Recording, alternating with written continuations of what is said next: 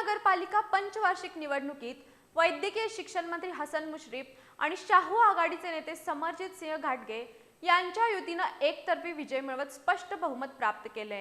या निवडणुकीत मुश्रीफ राज्य युतीनं नगरपालिकेच्या सर्वच्या सर्व 23 जागांवर विजय मिळवून कागलच्या राजकारणात आपलं वर्चस्व सिद्ध केलं, तर विरोधी गटाला एकही जागा मिळवता आली नाही।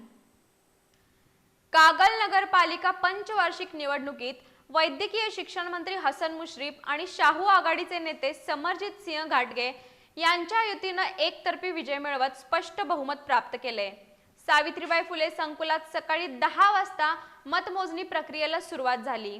मतमोजणीच्या प्रत्येक फेरीत युतीच्या उमेदवारांनी आघाडी घेतल्याचं स्पष्ट होताच कार्यकर्त्यांनी गुलालाची उधळण आणि फटाक्यांच्या आतिषबाजीतून जल्लोष साजरा केला। या निवडणुकीत राष्ट्रवादी काँग्रेस अजित पवार गट अर्थात मंत्री हसन मुश्रीफ यांच्या गटाचे 13 नगरसेवक आणि लोकनियुक्त नगराध्यक्षा असे एकूण 14 उमेदवार विजयी झाले, तर शाहू आघाडीचे नेते समरजित सिंह घाटगे यांच्या गटाचे 9 उमेदवार विजयी झाले।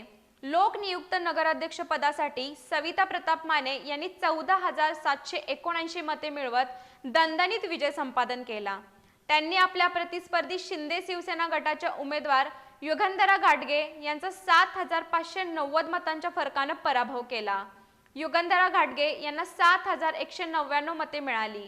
मंत्री हसन मुश्रीफ गटातून अमित पिष्टे, प्रकाश गाडेकर, संगीता राजपूत, सुवर्णा पिष्टे, सुमन चंद्रकांत गवळी, अर्जुन नाईक, स्वरूपा सनी जकाते, सतीश घाटगे, रजिया असलम मुजावर, प्रवीण काळबर, पूनम मोरे, रंजना सनगर आणि मीना लोटे हे उमेदवार विजयी झाले, तर शाहू आघाडीकडून सुशांत कालेकर, मेघा माने, साधना पाटील, अरुण गुरव, जयवंत रावण, सारिका बारड, बाळासो माळी, दीपक मगर आणि उमेश सावंत यांनी विजयाची मोहर उमटवली।